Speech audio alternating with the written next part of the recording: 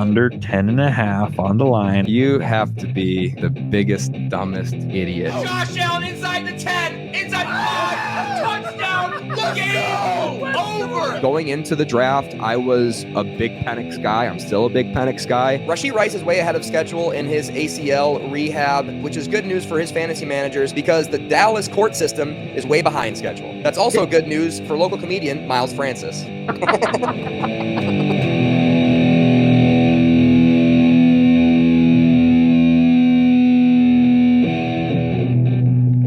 Oh, hello and welcome to What Are We Talking About with Jamie Jakes. I am him, and we had another week of college football.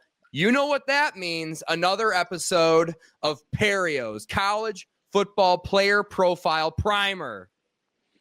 How's it going? Week 2. Actually got some more matchups. We're still working through the gimmies and the small schools getting their big payday by going against the Alabamas, the Clemsons, and things like that. But Clemson had a scare against Troy. Boy, that almost was looking pretty rough there for a little bit with Troy beating Clemson 16-0. Got to keep your eye out there for Troy. If this is your first time joining us, I guess we're going to do it every week. Hopefully we can keep it up every week. Ryan Perrio gives us a player profile, 5 of them, his top 5 guys that he wants to talk about this week, and they are the future, potentially, of your Dynasty Super Flex roster. So we keep it quarterback. We haven't any tight ends profiled yet, which is interesting. Quarterback, running back, wide receiver, tight end, and every once in a while, Ryan Perrio will throw in a individual defensive player for us to keep our eyes on. Last week, we covered Garrett Nussmeier, quarterback for LSU, Carson Beck, QB for Miami. And hey, this guy, Ryan Perrio, you called it. Robert Henry Jr., running back out of UTSA. I believe in Bob Hendry. I'm a Bob Henry believer all of a sudden. Through 2 weeks of this college football season, we're going to keep talking about him until someone else does. Yeah. It's not our fault that we keep talking about him. No one else talking about him. Through 2 weeks, he has had 336 rushing yards, including Texas A&M week 1. Is that right, Ryan Perrio? That's correct. Yeah. So an actual football team in week 1, UTSA offensive lineman football team. Yeah. Still does not have a Wikipedia. I would like to note that out. He is averaging 10.2 yards per carry through 2 weeks, 4 touchdowns. By the way, Ashton Genty's pace for last season through 2 weeks, only 249 yards. Okay. We did, because he didn't have a Wikipedia, we didn't have a full story on this guy last week. He's a JUCO transfer. He's been with UTSA, but this is his second year with UTSA. He is old. He's a JUCO guy. So he's been in JUCO for who knows how long, who knows how he got there. He was the junior college offensive player of the year 2 years ago. So he was offensive player of the year, and then he transferred to UTSA.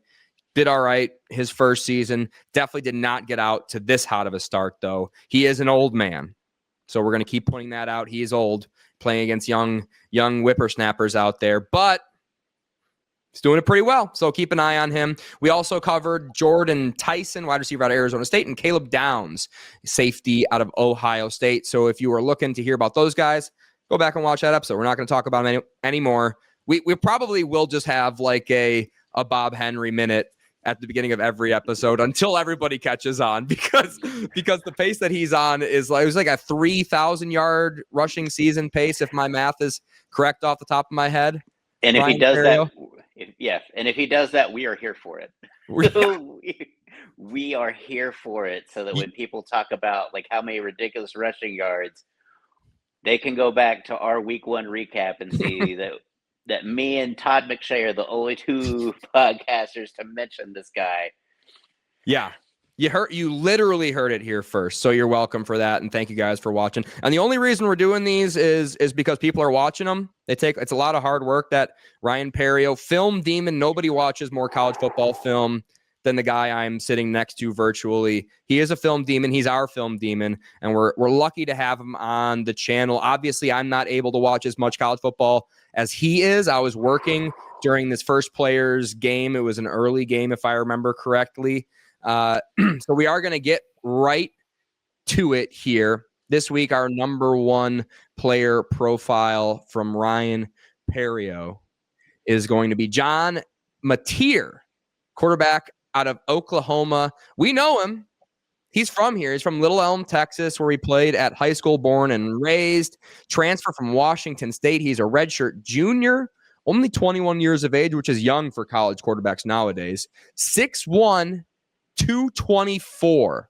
Mobile quarterback, 826 yards last season, 15 touchdowns on the ground. Through 2 games this season, he has passed for 662 yards, 4 touchdowns, 98 yards. Additionally, on the ground, he did just lead his team to a win over Michigan University when College Game Day was in town. And I know what you're thinking. If you haven't seen this guy play, I've got news for you. He's a white guy. All right. Ryan Perrio, what do you tell me everything I need to know about John Mateer? Last week I called Nussmeier the best QB prospect in this draft. This is the best quarterback in this draft. He may be the guy that first year gets basically a rocky start for his career. He does make some real obvious throwing mistakes. Like, he definitely loves to throw high over the middle, and that can be dangerous. But man, if this guy is not the best running quarterback, and it's not because he's fast, it's not because he's outrunning people, it's not because he's Josh Allen, he's just bricking people. He runs like a little running back with the football. If you watch any of his scrambles, he presses up to the line of scrimmage behind the offensive line. He doesn't look like Jalen Hurts, where Jalen Hurts just kind of takes off out wide, where you can kind of get a line on him. He runs up in behind the tackles so that you have to come in and maybe run through some traffic, and then cuts it outside where he has the angle. He has some of the most elite running back vision as far as a quarterback that I've ever seen. Like, I was trying desperately to find the overhead view of the Saturday night game. It was Saturday night, but I get it. It's Ann Arbor. You're a Michigan State Ithaca guy, so you're probably not tuning in to watch Ann Arbor on a Saturday night. Well, we always are, because we're cheering against him, Ryan Perrio. Yeah. Well, on his first touchdown run, he literally goes up through the middle, sees a cutback lane, cuts back right. As he's selling that he's going left, like the safety goes to the over left tackle to try to fill that outside lane, and he literally finds the cutback lane, and like a running back just jump cuts back for an easy walk-in touchdown. That's a running back. That's Ashton Genty like movement that you're seeing out of a quarterback who can also throw dimes. Like, gutsy play caller. Gutsy will, from 3 yards into his end zone, basically doing a drop back from shotgun snap, dropping back and just dropping a dime 40 yards downfield to his outbreaking receiver. He's going to be exciting. He's going to be similar to Josh Allen, Lamar Jackson. He's going to be one of those box office QBs that's going to go top 5, maybe top 10 at the latest. He's going to be kind of like Josh Allen was top 10. And I know there was a lot of QB. I think Josh Allen was 10, and then Lamar went 32 in the same draft. And I think there's 31 teams that probably wish they could have redone that draft. Yeah, I almost compared him mostly to like Jaden Daniels, like a thicker white Jaden Daniels. The way he runs and his accuracy deep downfield. You're like you said, he's dropping it in buckets. He did have a couple of kind of not great decisions in the Michigan game, but I thought he had like kind of sick footwork, honestly. Fast feet in the pocket and outside the pocket. Yeah, I'm excited. He is hashtag fun to watch, Ryan Perrio, in my very limited experience watching him. Do you think that's a fair comp to him and Jaden Daniels? A little bit. Like, to me, it's almost a Baker Mayfield, Josh Allen hybrid. Like, he's more Baker Mayfield size, but he has Josh Allen traits where he's got elite arm, but his running game is just, I haven't seen a quarterback that runs like an elite running back. Like, most quarterbacks kind of look awkward. Like, it's kind of, even Jalen Hurts, as much running as he does, he he kind of doesn't have a lot of cut, juke or anything in his game. He just kind of, just runs and then makes a slight cut. This guy makes running back level cutbacks, and just jukes. And then when you think you got him on the sidelines, he will put a shoulder in you and then turn it upfield. Like he is a running back with an arm. That's that's how I would describe him. He's a running back with a cannon for an arm. He doesn't have a cannon and he's accurate. I mean, yeah. Accurate, and it's lateral. It's lateral, his quickness, Ryan Perrio. It's his vision and his lateral quickness, because he can just, like you said, that's why I kind of compared him to Jaden Daniels, because Jaden Daniels kind of has that. I also wanted to say Kyler Murray. You did say Baker Mayfield, which is cheating because same college. That's like your brain automatically goes there. So that's a cheating. You're not allowed to do that. Okay. But it just, he just has that kind of that swagger, that confidence. Yeah, he sure does. And I would too if I was 200. What is he? 224. Looks like it too. Listed at 224 and moves like that. Mm-hmm. Like what I see. But he's not even the physical freak that we're here to talk about today. And I'm so glad. It's so obvious why you picked this guy to be one of your player profiles for this segment. And I'm really thoroughly enjoying finding out about these guys through you, Ryan Perrio. Nyck Harbor, and I believe I'm pronouncing that correctly. Nyck. That's short for like nickel or Nicholas or something like that, but it's spelled really weird. That's all I've learned about his name so far. Harbor is spelled how you think it is. Wide receiver out of South Carolina. He has a great wide receiver one style of name with the NYCK. He's definitely on the opposite spectrum of like a Cortland Sutton or Tim Patrick, the most boring wide receiver one names. That's why nobody likes him. But this guy, he's a junior. He's young, 20 years old. Listed, and I don't know if I believe this listing, he's listed at 6'5", 235. And the reason I don't believe it is he looks like 6'6", 240 to me. A little closer to that. Kind of looks like Calvin, doesn't he?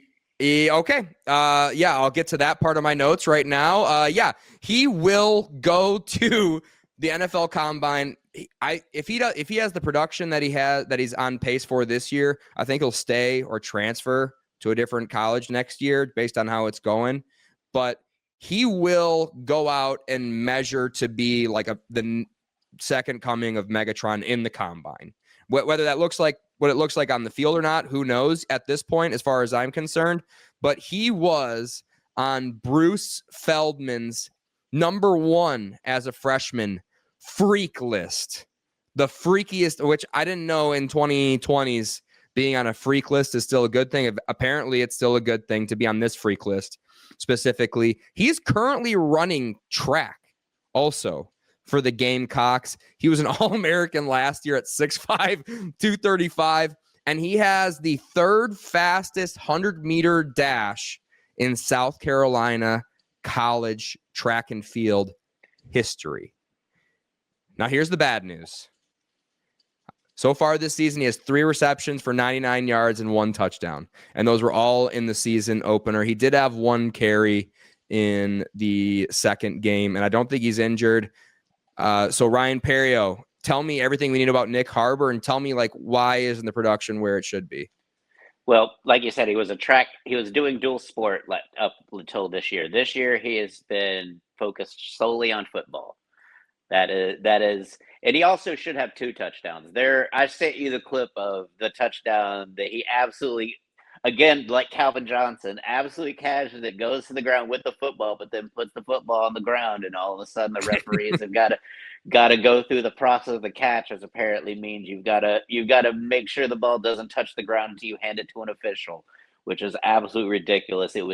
He clearly caught it 2 hands in, knees down. Then as he's on the ground, the defender rakes the ball out of his hands with 2 hands, and they rule it incomplete because of that end result, when that had nothing to do with any part of, if you're running the football, it just has to touch the line. Like, I don't understand how it's got to be hard. Like, if you're fumbling it as you're going to ground, yeah, I understand that that's maybe not a catch, but if you have firm possession through the end zone and then somehow on the ground because the defender now just has 2 hands and he's absolutely using all of his body weight while you're trying to brace yourself to rip the ball out, that's seems to me counterproductive. I think he should have 2 touchdowns. He's an absolute freak of nature.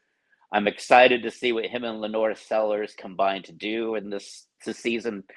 I hope the production kicks up. If the production does kick up, which it's, like I said, his attention's getting there. Like, South Carolina just hasn't played any real, like, they played Virginia Tech, which was, it was an up and down game for both him and Lenore's, but I think Nyck Harbor absolutely can get turned loose. And I just think it's one of those things where he's Is it a snap count thing, Ryan Perrio, do you think? Do you know he's on the field every play? He's on the field every play. I think it's just inexperienced receiver with inexperienced quarterback that also is a freak, that can run. Lenore Sellers is a freak as Cam Newton, basically, and he'll be out. He does spread the ball around a lot. I did notice that on the season so far on their stats. Like, he's got like 14 receivers who have caught a pass from him through 2 games so far this season. So he does spread it around a lot. But so is it a thing where, like, how's his hands? Is he dropping stuff? How's his every target going to look? Is his every target going to look like 4? Is it going to look like 4 targets for 4 receptions and 2 touchdowns at 125 yards? I would say it's probably going to be closer to 5 and 3. Like, he's got to refine his hand catching. Like, he definitely has this kind of, and these, he doesn't do the diamond, or, he doesn't do a lot of the hands. Like, if you watch his 64-yard, he kind of baskets it. And so he's got to work on that. Like I said, he's going to be, everything is so tantalizingly there. Someone's going to take a chance on him because it's just too much good. There's too much there. He's Olympic invitee, 2 years now, Olympic invitee for track and field. Like, he has the speed, he has the body. He doesn't look like a sprinter in pads. Like, he looks like a big old boy. Like, he definitely looks like he was a football player more than a track star. Like, it's ridiculous how physically dominant he looks. He's a freak, and that's why he's on the freak list. Yeah, I can't wait. Hopefully his production picks up with the quarterback. I'm wondering, you describing his lack of good hands, I'm wondering if it's like a trust issue, like he has a lot of drops in practice, so Sellers isn't as willing to push the ball to him yet, with him being he's a runner, he's a track star, but he's 7'4" and 240, so 7'5", excuse me. Listed at 7'5", every inch of it if I had to guess. All right, moving on to our next player profile, Noah Whittington, running back out of Oregon, redshirt senior, a little bit older for a running back, 5'8", 203. He's a Western Kentucky transfer. The reason he's old, taking a redshirt season, is he had an ACL in 2023. 2 games into the season, he has 159 yards, but not on that many carries, 11.4 yards per carry, 1 long of 59, and he's got 2 touchdowns on the season. Ryan Perrio, what are your notes on Noah Whittington? Noah Whittington is kind of a do-it-all back. He plays kick returner as well for Oregon, so he has a little bit of juice. I think he hadn't had to play much because Oklahoma State basically got absolutely decimated by Oregon after Oklahoma State's coach kind of made comments about how much money Oregon spent on their transfer portal. And so Oregon basically transfer portal their ass for 70 points. It was a 70-3 ass whooping. Like it. Jeez. And so I was watching that while I was at the gym Sunday morning, and this guy just popped off the field. Like, he had big runs. Every play he was getting 10 to 15. Then he broke one for 59. Then by halftime, they didn't have to use him again because they had such a lead. They just started putting their young guys in there to get them some experience. And they have some freshmen on that squad that are very tantalizing for coming top 5s. They have a wide receiver there that looks like Percy Harvin incarnate. Like, he is just absolutely amazing looking. Like, I am so thrilled with that young kid, but we'll talk about him another time because he's just a true freshman. So we got plenty of time to wait on him. But Noah Whittington absolutely he was the starting running back, and he absolutely toted the rock like a starting running back. Like he definitely, I think he would be a great change of pace back. Like I think he would be great. He's kind of a Travion Henderson kind of, I would say mold of like kind of small, not the biggest back, but he's physical with what he has and he's got juice. So he might be one of those change of pace backs. Like you could see him maybe with Dallas splitting time with Javonte Williams and just being that game breaker that they need desperately as a change of pace. I just really liked him. I thought he, I know he's a little older, but it's like sometimes these guys are just late bloomers. You put them in the right system, or they just get enough. They have enough time and off season to really get fully healthy if they've been injured, and they just start to pop. Yeah, he is flashy. He jumps off the film. He's got hurdles. He is honestly kind of shades of Ashton Genty, in my opinion, a little bit shorter, but he can jump over your ass and he can run through your ass and he can get around your ass. He's got crazy hands. He's got great hands. And the one thing I would say about him is I think he has a little bit better long speed than Ashton Genty. Just not maybe quite as consistent with the run after carry, but he has that too. The only problem is he's like 4 years older than Ashton Genty. Yeah, that's the big asterisk about it. And we're talking dynasty. It's like, yeah, he looks like someone who's gonna be pretty damn good in the NFL. It's just like, are you willing to take wherever he ends up? If he ends up being a second round draft pick in your dynasty rookie drafts, are you really going to take a early second round pick on a guy who you personally are only going to get, 2-3 years on average of production out of, or are you going to wait on a more premium guy with higher upside who's a little bit younger? So that would be my only knock on him. But I mean, RJ Harvey hasn't gotten a lot of play yet. Scadaboo hasn't gotten a lot of play yet. And if you drafted them in the second round, you're kind of like, oh, they're good when they get the ball, but they're not going to get enough volume until they're 26. And then you're just like, you're Jalen Warren. Like, you're like, all right, congratulations. Now you get like maybe a good half year with a 41-year-old quarterback throwing you the football. And that's your whole dynasty career and your real life career, which is like, kind of a bummer. But yeah, so that's the only downside for me personally when I'm talking about these older guys, as we are specifically talking about dynasty super flex. So I got to add that little spin right there. But as far as like, I mean, if you don't tell me this guy is 24, I'm like, oh, this guy's the next Ashton Genty. And if you don't tell me this guy's stats, he's like, oh, this guy's the next Ashton Genty. He's not, but he's hashtag fun to watch, Ryan Perrio. Hashtag fun to watch. Speaking of fun to watch, Romello or Romello? Romello, Brinson, wide receiver at SMU. We got to go watch this guy play.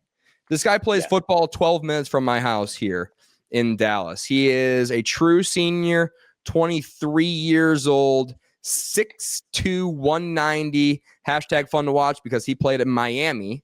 He's a Miami transfer. He's got 11 receptions, 247 yards, long as 75, 3 touchdowns so far this season. 2 of those, explain that situation of the clips you sent me, Ryan Perrio.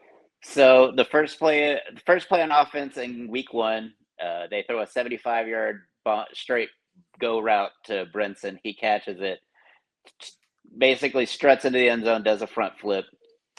Lands it. He landed it. Yeah, landed it. Just true front flip. Just landed it. Week 2, Baylor kind of. They scout Baylor.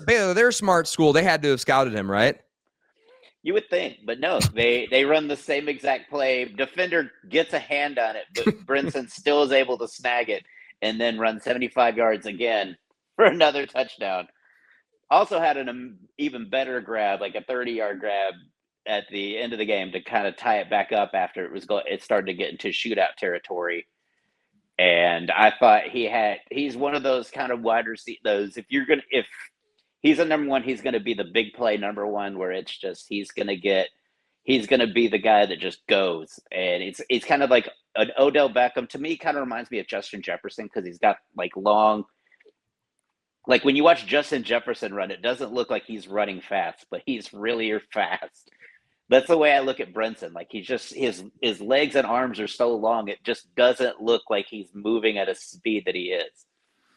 Yeah, he's tall, but he's skinny, and that would be my only thing. You know what I've learned over the past few years. I like my wide receivers thick in dynasty fantasy football because Tank Dell's fun for a season, Xavier Worthy's fun for a season. Maybe you luck into a Devontae Smith season that he had a couple of years ago every once in a while. But I like my receivers 205 and bigger. He's 190, 6'2", and he's 23 years old, so you wouldn't expect him to be able to put on too much weight. And, of course, these are all approximate. So, like, worst-case scenario, we find out he's actually like 180 at the combine, and then you're even kind of more off of him. So that would be my only concern with him. I almost care about what the guys measure out at. All I want to know is hand size, height, weight at the combine because I know the 40-yard dash is fake. Bench press, who cares? All that stuff. Unless you're Cam Scatterbo and you bench press and you're like, hell yeah, dude, that rocks. And then you're like, go ahead. The other comp for me would be Jacoby Jones, rest in peace. Like, he reminds me a lot of Jacoby Jones as a Texan fan, and watching him on the Ravens, he has a lot of Jacoby Jones traits. Like, he's really fast, but he's got really sticky hands. Like, he's got some big old paws. I'm excited to see what his hands measure at, because he's got some big old paws when he gets the football on it. He looks like a playmaker. Like, if you're looking for a playmaker too, that could be, I feel like a high volume receiver. I think he's a little thicker than Tank and Devontae. So I think he has more of an NFL body set. I think he could be, also, if he booked up to 205, I think he wouldn't hinder his abilities at all. Because again, it doesn't look like he's really struggling, and he'll get physical. Like that second touchdown where he's got the defender draped on his back and he just takes it over the top of him and comes down on it. I think we have seen a few guys go from their college to the pros, and even before the combine, put on like 5 pounds of muscle. I think probably Travion Henderson did, because I didn't believe he was going to. He weighed out at like 205 at the combine. I thought he was going to be like 190, and he looked bigger when I first saw him in an NFL uniform. And I don't think that Patriots uniform does anybody any favors with those silver pants. Yeah, Ryan Perrio, you and I both. We just can't wait to see how big this guy's hands are, and that's we just renamed the podcast. Hey, how big are your hands?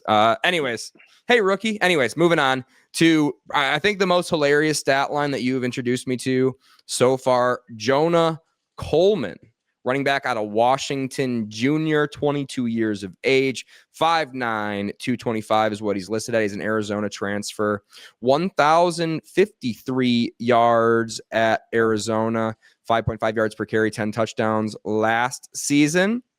This season, so far, Jonah Coleman has had 288 rushing yards through 2 games, 7.4 yards per carry. And I had to double check this. Tell me if I'm wrong. He has 7 touchdowns through 2 games in this season. He also has 2 receptions for 46 yards on top of that. He has scored 7 touchdowns in 2 college football games. Is that true? And tell me more about Jonah Coleman. That is true, because he is your goal line back in Washington. Though Washington has a little bit of a stable of running backs, but they have basically Kyler Murray clone and their quarterback with I believe his last name is Miller. He's kind of a 5'9", 5'10", speedy quarterback who is pretty accurate with the ball. Kind of reminds you of Kyler Murray a little bit, but when you get down there, you're not going to run that little QB sneak. You're gonna hand it to that big boy behind you and let him go do damage. And he is physical. There are some great runs where he just did I send you the goal line with a 40-yard run where the guys think they have on the ground? He's like laying on the guy and he just gets up and just goes 3 more yards for the score. No, I didn't see that. Oh, he is producer Natalie, producer Natalie, and producer Juliet behind us. Future producer Juliet, star of the show, if I had to guess, is really what her role will be. I'll take the background job once Jules comes and is more cute and knowledgeable about football than I am. Anyways, we'll have to do a scouting combine of her, like with hand size and Got a lot of room to grow. Got a lot of room to work. Hey, flag football is a women's Olympic sport now. So time to start training. Anyways, Exactly. Where were we on this guy? Goal line back. Physical runner, but also he reminds me a lot of Jerome Bettis. Like he just is a big back that can really move in space. Like he'll absolutely carve people up. Like he is looking for contact too. Kind of oh God, what's his name? Tampa Bay running back. Lucky Irving, Rashad White. No, before them. Went to Jacksonville. The guy that did that, when he was calling out defenders, he would be like, come on, and take them on head on. God, Leonard Fournette. Lenny? Yeah, where he would do this. You'd run and he'd tap his helmet to say, hey, come on, to the linebacker. I don't remember him doing that. He did that to the Buffalo defensive end. He's like, you want to go? Okay. And they just basically Oklahoma drilled in a NFL game.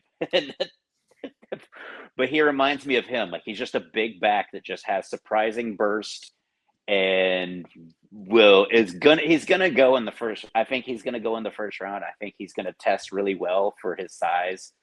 You think this guy's going in the first round, Jonah Coleman? I think he's gonna go late first. I think if this production keeps up, if this production keeps up, I was like, why would you not? Because it's like this is the kind of most teams want this kind of physical runner, and I don't know. Miami Dolphins may be looking at that with if Ollie Gordon doesn't get his touches because did he play much? Did Ollie Gordon play much in that game? I mean, it was like a stinker. Like you had to turn it off after. I had it on my quad box that game. I was interested because I had the Colts plus, or I think it was Colts plus 1.5 or minus 1.5, whatever. But yeah, that game was over quick. I don't know if. No, I actually do know this stat. Ollie Gordon, I know Achan had the highest snap percentage. He was on the field like 94% of snaps or something crazy like that. So Ollie Gordon probably did not get much play. However, we got a new head coach, new front staff going in there soon. So anything could happen in the near future. I feel like that's Miami's fatal flaw is they're just not a physical football team, and you need physicality to win. Yeah. In wintertime. In the cold weather, you're not going to win with finesse. You got to get in the trenches and get physical and hold that ball for as long as you possibly can. Ollie had 2 carries for 4 yards and 1 reception for minus 1 yard. So not a great stat line, but I don't think I guess HN had a pretty good game, 7 carries for 55 yards. It's pretty good.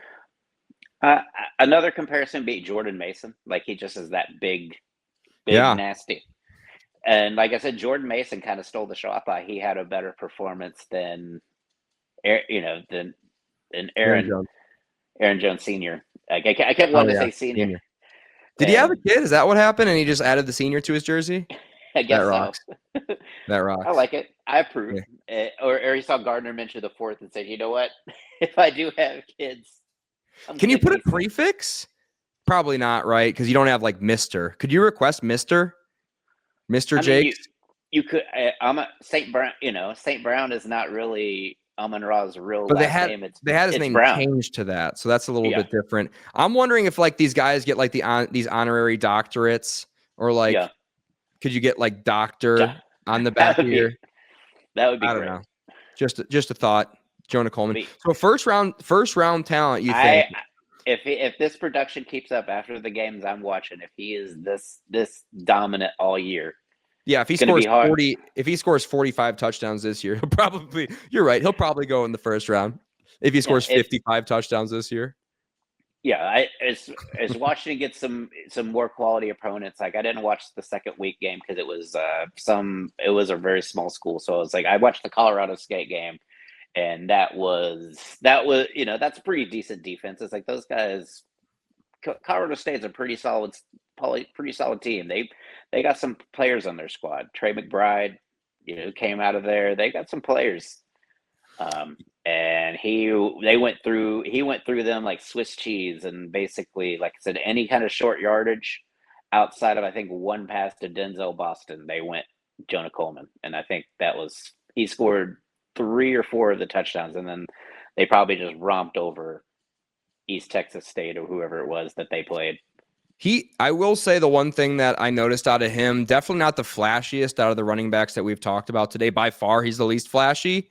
But I will say, as an NFL style running back, I feel like his style would translate to the NFL. And if he does get first round draft capital, then the sky's the limit for him because he has elite vision. I thought Yes. his best attribute is just finding the hole. He's got a little bit of patience to him, like a little bit of that, like Bucky Irving, where he can kind of slow down a little bit, let it all like set kind up. of float in the backfield and wait, and he kind of feels where that wave of blockers kind of develops, and he just kind of feels into the gap, and he does a really good job of that. But he's also big, so he does get to the second. He does get to the secondary a lot, and when he gets to the secondary, like nobody wants to tackle him, and he does have a little bit of like quickness and nimbleness to him that complements his big, thick frame. Let's at 5'9", 225. I believe it. He might be shorter.